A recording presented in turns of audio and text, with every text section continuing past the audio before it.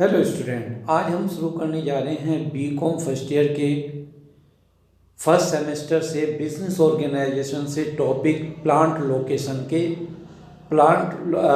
Location का revision.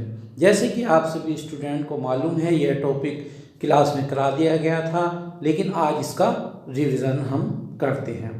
तो student, let's start plant location. Student, जैसे कि आप सभी जानते हैं कि किसी उद्योग को जब एक स्थान पे लगाया जाता है तो उस स्थान पे उद्योग लगाने से पहले बहुत सारी बातों को ध्यान में रखना पड़ता है, क्योंकि एक प्लांट जब किसी एक स्थान पर एक बार लग जाता है तो उसे वहाँ से हटाना अत्यधिक खर्चीला हो जाता है।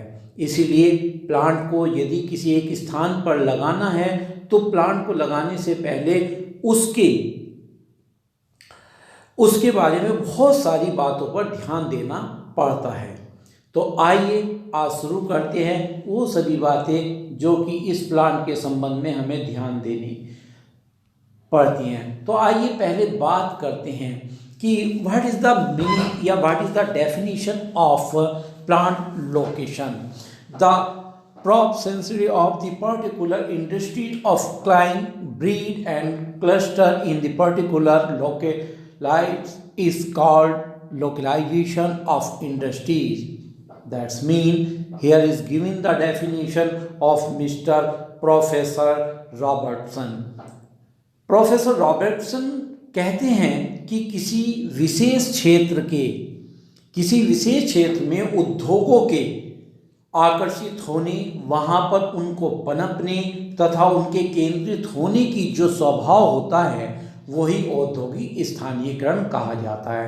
In other way we can say, हम अन्य शब्दों में कह सकते हैं कि स्थानीयकरण से आसे भी अलग अलग स्थानों पर जो हम उद्योग लगाएंगे उसको ही हम उद्योगों का केंद्रीकरण कह सकते हैं। तो आइए स्टूडेंट्स, अब हम देखते हैं वे पार्ट जब हम एक प्लांट को लगाते हैं तो प्लांट को लगाने से पहले वे कौन कौन से फैक्टर हैं जिन पर हमें ध्यान देना होगा।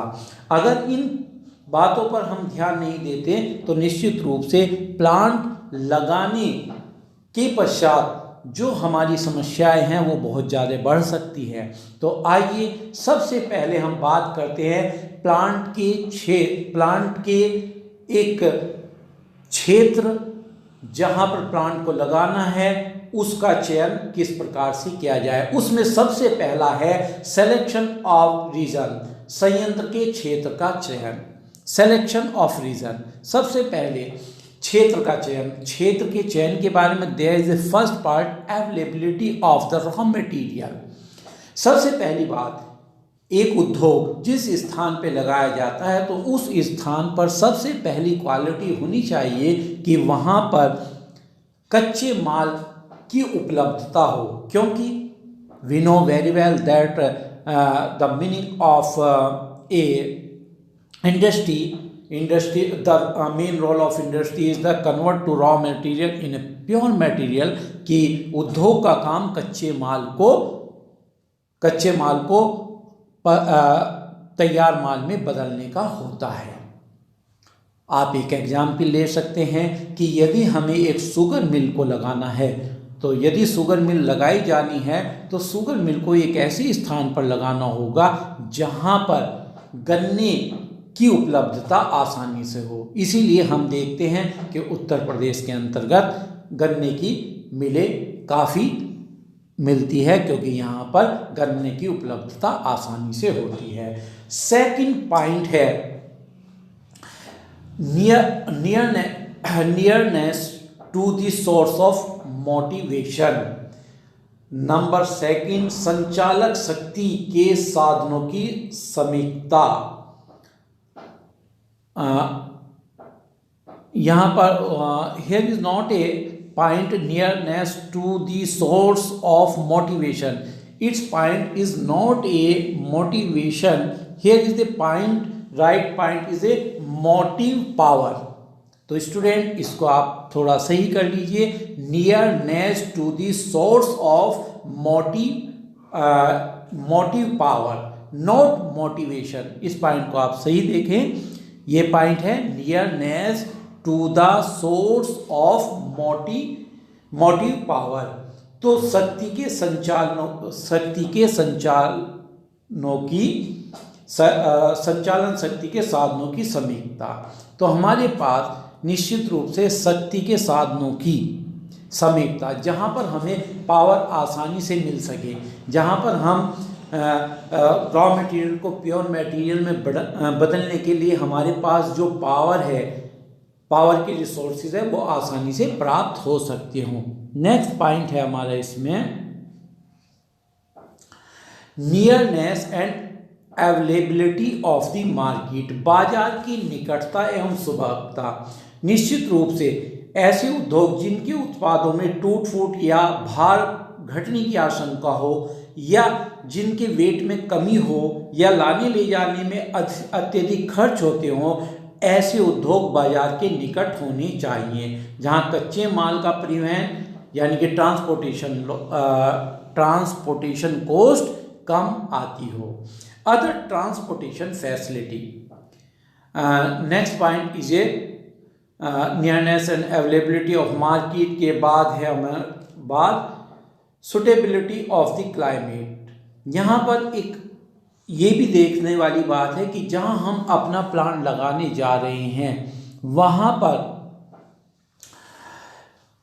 सुटेबिलिटी ऑफ द क्लाइमेट की यानी कि वहाँ की जलवायु उसके अनुकूल होनी चाहिए, जलवायु अनुकूल होनी चाहिए। इसका हम एक अच्छा सा उदाहरण ये भी दे सकते हैं कि रेशम बनाने के, जहाँ पर रेशम बनाई जाती है तो रेशम के कीड़ों का रेशम के कीड़ों को जो पाला जाता है वो यहाँ उत्तर प्रदेश में ज़्यादा उचित नहीं होता, ना ही यहाँ पर उनको पाला जा सकता है। तो ठीक उसी प्रकार से जैसे गन्ने के लिए यहाँ पर सुटेबल क्लाइमेट है और उसके कारखाने शुगर मिल लगाए जाते हैं, तो यही चीज़ हमें ये भी ध्यान रखनी होगी कि इस तरीके के कारखाने उसी स्थान पर हो जहाँ के उससे संबंधित क्लाइमेट हो। एक और पॉइंट है ट्रांसपोर्टेशन फैसिलिटी, जहाँ पर आसानी से ट्रांसपोर्टेशन फैसिलिटी हमें मिल जाती है वहीं पर हमें इस प्रकार के कारखाने लगाने चाहिए कि जहाँ से कच्चे माल को लाने ले जाने और पक्के माल को लाने ले जाने का यानी कि तैयार माल को ले जाना और कच्चे माल को लाने में आसानी से ट्रांसपोर्ट फैसिलिटी उपलब्ध हो सकती हो। अब सेकंड पॉइंट की यदि बात करें हम तो सेकंड पॉइंट पे आता है selection of the locality. Selection of the locality, एक ऐसे क्षेत्र में जहां समुदाय या इलाके हो सकते हैं जो कि संयंत्र की स्थापना के लिए समान रूप से आकर्षित और आसानी से जचे। अतः संयंत्र स्थान के लिए किसी उपयुक्त प्रदेश अथवा क्षेत्र का चुनाव कर लेने के पश्चात दूसरा पहलू है वो कौन सा इलाका या समुदाय है जहां पर संयंत्र स्थापित हो सकता है। इसके लिए मेन पॉइंट है, पहला मुख्य पॉइंट है सप्लाई ऑफ लेबर। यहाँ ये भी देखने वाली बात है सप्लाई ऑफ लेबर, जहां पर जिस कार्य का कारखाना लगाया जा रहा है उससे संबंधित वहाँ पर मजदूर उस काम के जानने वाले आसानी से मिल जाने चाहिए। जैसे कैंची का कार्य मुख्य रूप से मेरठ शहर में किया जाता है क्योंकि वहाँ पर कैंची बनाने वाले और उस काम के जानने वाले लेबर आसानी से मिल जाते हैं। जैसे पीतल का कार्य एक विशेष स्थान पे होता है, ठीक उसी प्रकार से जिस लोकेलिटी में जिस काम के जानने वाले लेबर आसानी से मिल जाते हो उस स्थान पर हमें वह कारखाना लगाना चाहिए। इसके बाद यदि बात करें तो कम्युनिटी फैसिलिटी। कम्युनिटी फैसिलिटी का मतलब यह है कि संयंत्र के लिए उपयुक्त समुदाय का चुनाव करते समय हमें यह भी ध्यान रखना चाहिए कि इन सुविधाओं में स्कूल, कॉलेज, चिकित्सालय, धार्मिक उपासना केंद्र, शॉपिंग सेंटर्स, पुस्तकालय या वाचनालय या मनोरंजन की सुविधाओं को भी सम्मिलित किया जा सकता है। यद्यपि इन सामाजिक सुविधाओं का उत्पादन लागत से कोई प्रत्यक्ष संबंध नहीं होता, किंतु श्रमिक कर्मचारियों और प्रबंधकों की मानसिक स्वास्थ्य पर इनका गहरा प्रभाव पड़ता है। अतः इन सुविधाओं का अभाव श्रमिकों एवं प्रबंधकों में उदासीनता लाता है। इसीलिए जहां ये फैसिलिटी हो वहां पर हमें अपना फैक्ट्री लगानी चाहिए। इसके साथ साथ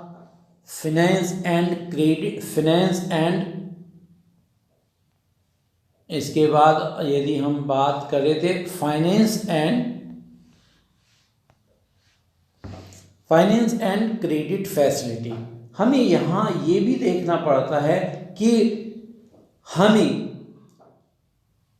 उन स्थान पर अपनी कारखाने लगानी चाहिए जहाँ पर हमें धन संबंधी और उधार संबंधी सुविधाएं आसानी से उपलब्ध हो। यदि किसी एक विशेष स्थान पर हमारे पास फाइनेंस की फैसिलिटी उपलब्ध ना हो या हमें वहाँ पर क्रेडिट फैसिलिटी उपलब्ध ना हो, तो ऐसे स्थान पर कारखाना लगाने के पश्चात बहुत सारी दिक्कतें हो सकती हैं।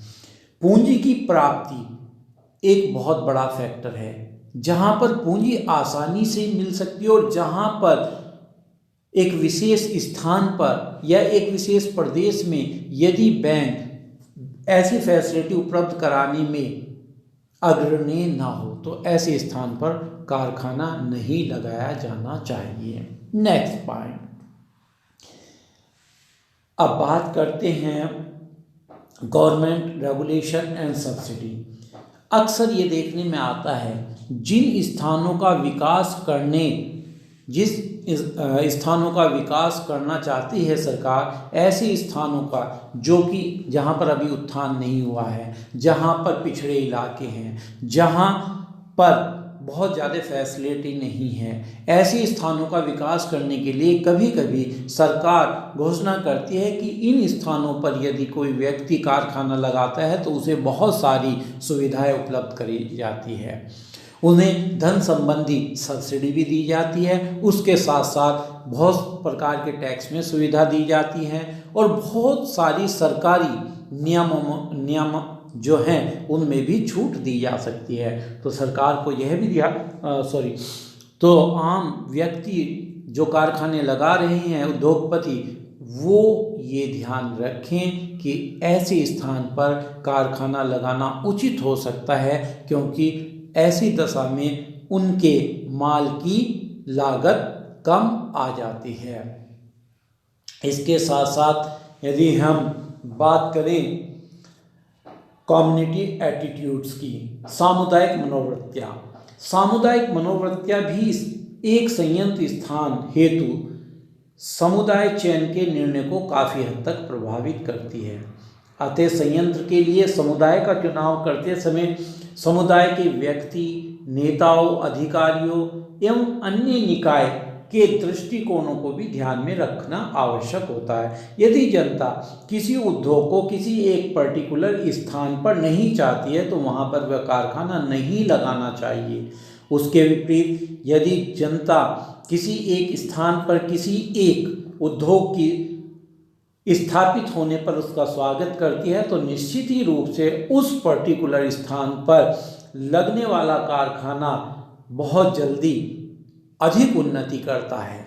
तो इसीलिए ये भी देखना चाहिए कि किसी एक विशेष स्थान पर क्या वहाँ की जनता उस कारखाने को लगाने की इच्छुक है या न लगवाने की इच्छुक है, तो ये भी हमें ध्यान रखना चाहिए। इसके बाद नेक्स्ट पॉइंट हमारे सामने है प्रेजेंस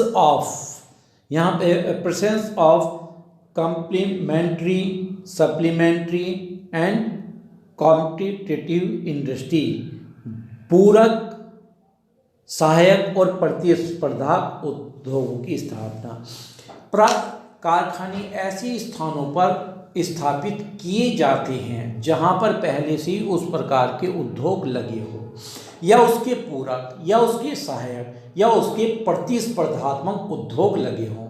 सहायक एवं पूरक उद्योग उस उद्योग की मरम्मत के लिए, उप उत्पादन के लिए या उसके स्क्रैप की सामग्री से सहायक उद्योग बनाने में, सहायक वस्तु बनाने में ज़्यादा बेहतर होते हैं।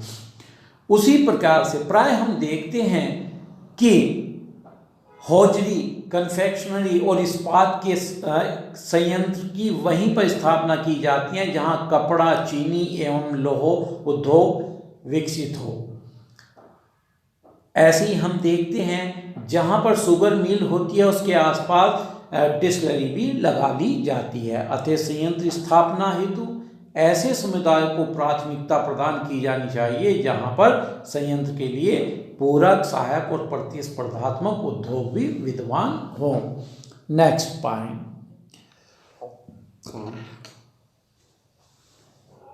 अब बात करते हैं selection of site within community and selection of the access site. समुदाय विशेष में निश्चित स्थान का चुनाव अथवा संयंत्र के लिए निश्चित स्थान का। अब जब हम एक निश्चित प्रदेश में एक निश्चित जिला और एक निश्चित जिला जब निर्धारित हो जाता है, अब बात आती है किसी एक विशेष स्थान जहां पर की कारखाना स्थापित होना है। पहले हम बात कर रहे थे कि किसी एक प्रदेश में, प्रदेश से फिर किसी एक जिले में, अब बात आती है किसी एक स्थान पर।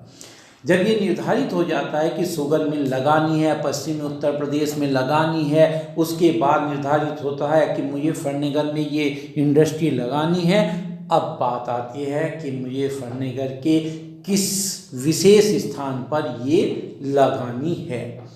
तो यहाँ पर इसका डिसीजन करने के लिए सबसे पहले निर्धारित करते हैं cost of land and development expenditure, कि सामान्यतः संयंत्र के लिए ऐसी साइट का चयन किया जाना चाहिए जहाँ पर भूमि एवं उसके विकास की लागत न्यूनतम हो।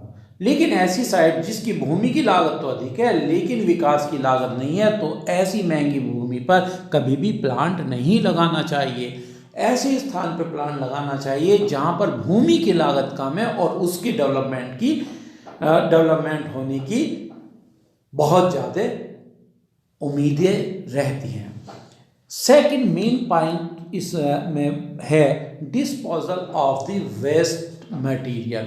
ये भी हमें देखना चाहिए कि जहां पर कारखाना लगाया जाता है तो उससे निकलने वाला वेस्ट मटेरियल जो कि बेकार या बेकार सामान, बेकार पदार्थ जो कि उस कारखाने से निकलते हैं, उसको किस प्रकार से एक फैक्ट्री के द्वारा बाहर निकाला जाएगा, किस नदी नालों के द्वारा उसको बाहर निकाला जाएगा, तो ऐसे व्यर्थ पदार्थ को कहाँ पर फेंकवाया जाएगा, उनके फेंकने की व्यवस्था किस स्थान पर हो सकती है। क्योंकि ये बात है कि अगर शहर जिस स्थान पर हमने कारखाना लगाया अगर वहाँ पर डिस्पोजल की व्यवस्था नहीं होगी तो ऐसे स्थान पर कारखाना नहीं लग सकता। तो ये भी हमें ध्यान रखना होगा कि किस स्थान पर आसानी से डिस्पोजल के बारे में निर्णय लिया जा सकता हो और आसानी से उस डिस्पोजल को फेंकवाने की व्यवस्था हो सकती हो। ये सेम पॉइंट है कि डिस्पोजल ऑफ वेस्ट मटेरियल बता ही दिया। फैसिलिटी, अब एक मेन पॉइंट जाता है कि facility for staff and labour to reach, कि हमारी कारखाने में जहाँ पर काम करना है ये भी बहुत ज़रूरी है कि उस स्थान पर हमारी जहाँ पर काम कर रहे हैं वहाँ पर हमारे स्टाफ, हमारे लेबर को पहुँचने में कोई दिक्कत ना हो, उनके लिए ट्रांसपोर्टेशन की व्यवस्था हो, समय से स्टाफ पहुँच सकता हो, समय से लेबर पहुँच सकता हो। अगर ऐसी व्यवस्था नहीं है तो हम बेहतर तरीके से कार्य कारखाने में नहीं करा पाएंगे और ऐसे स्थान पर कारखाना लगाना उचित नहीं होगा। तो स्टूडेंट, ये मैंने आपको बताए हैं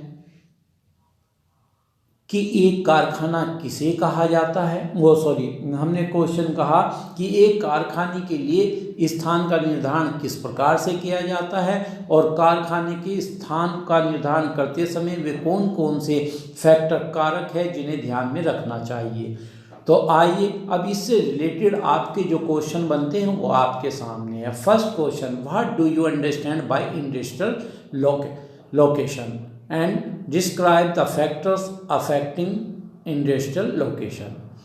ये पूरे लॉन्ग क्वेश्चन में आ सकता है या शॉर्ट में इस तरह बन सकता है, what is mean by plant location and describe the determinant of the plant location.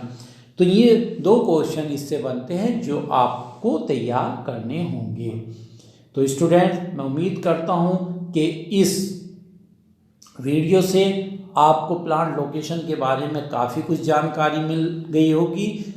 तो मैं उम्मीद करता हूँ इस वीडियो को आप वॉच कीजिए और इसके पॉइंट के आधार पर अपना क्वेश्चन तैयार कीजिए। अगर फिर भी कोई प्रॉब्लम आती है तो मेरे व्हाट्सएप नंबर पर मेरे से इस क्वेश्चन या टॉपिक के संबंध में जो जानकारी चाहते हैं वो ले सकते हैं। Okay, thank you students.